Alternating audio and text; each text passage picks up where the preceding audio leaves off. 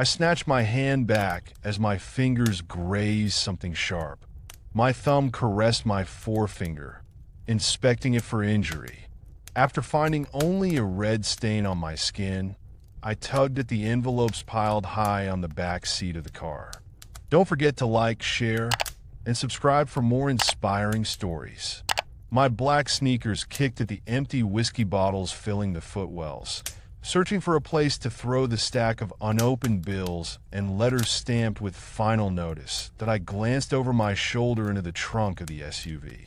Fast food wrappers, sweaters, empty cigarette packets, and crushed beer cans formed a mound of trash, consuming the space. I swung the envelopes over my shoulder and slid them on top of the mess. My eyes scanned the back seat again for the source of the pain. A glimmer of something shiny caught my attention. I picked up the empty Budweiser box and peeked inside. The blade of a pocket knife shone up at me. A sigh escaped my lips as I dropped the box into the footwell next to me. There was no way I would find it. After my husband had passed out in the guest room, I'd settled our baby down for a nap in the nursery and ran out to my husband's car. I'd barely been able to squeeze inside with the trash that filled it, but I found a slither of space on the back seat and began searching that FedEx had delivered another letter that morning. It was the third one that month. My husband disappeared with the letter into the garage. Not knowing I was watching from the window, that he told me the mortgage company had confused us with someone else when the letters threatening foreclosure started arriving.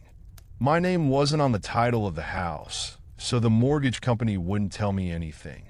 I resorted to searching through trash and his whiskey bottle hiding spots to find out how many days I still had a place for my daughter to sleep. He still hadn't signed the paperwork allowing me to take our daughter away, and I needed more time to find a way out. My heartbeat quickened as I glanced at the baby monitor on my knee.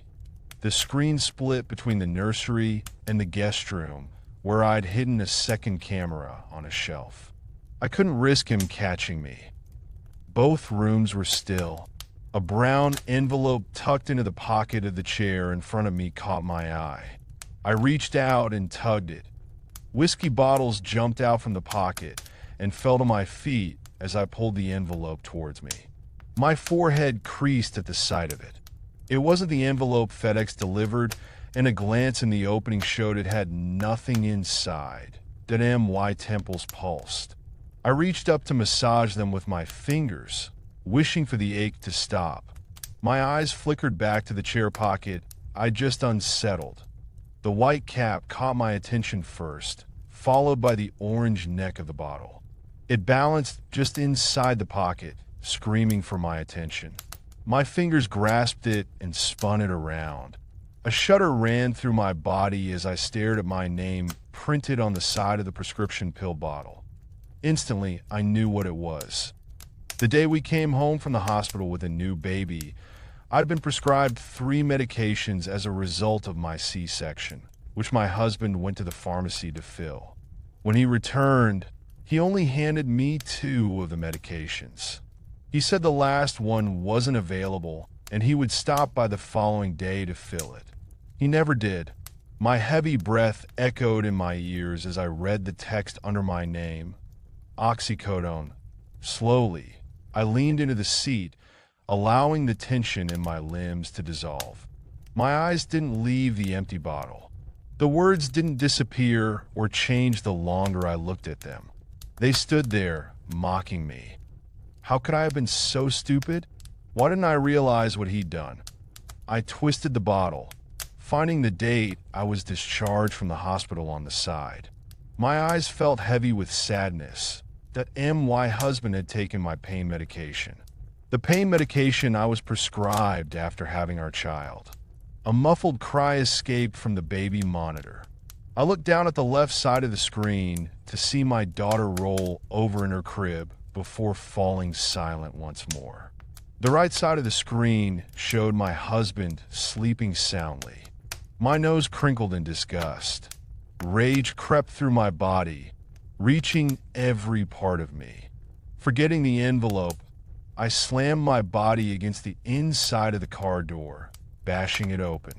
My feet stamped onto the ground as I rammed the door shut and turned on my heel. I marched through the garage and into the house with my hair blowing wildly behind me. One hand held the baby monitor, while the other squeezed the empty pill bottle. By the time I reached the guest room door, I was out of breath. Adrenaline had pushed my lungs into overdrive and set my skin on fire. I grasped the door handle and pushed. The stench of alcohol hit me hard, causing me to stop and look. His body lay flat against the mattress with his head almost dangling off the side. A loud snore erupted from his nose every few seconds. His face was blotchy and haggard. He'd aged. My body fell calm.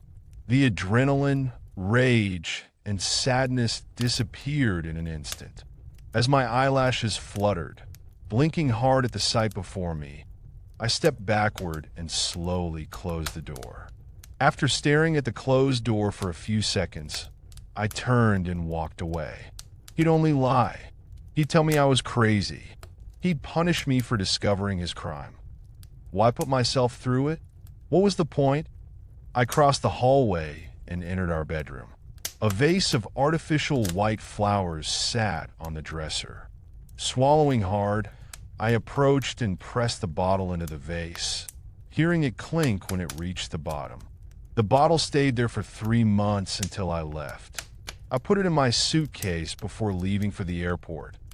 Now it sits in my jewelry drawer with my wedding ring inside it. Every morning I see the pill bottle when I select a bracelet or a necklace to wear. And every morning I smile because it reminds me of the awful life I no longer have to live.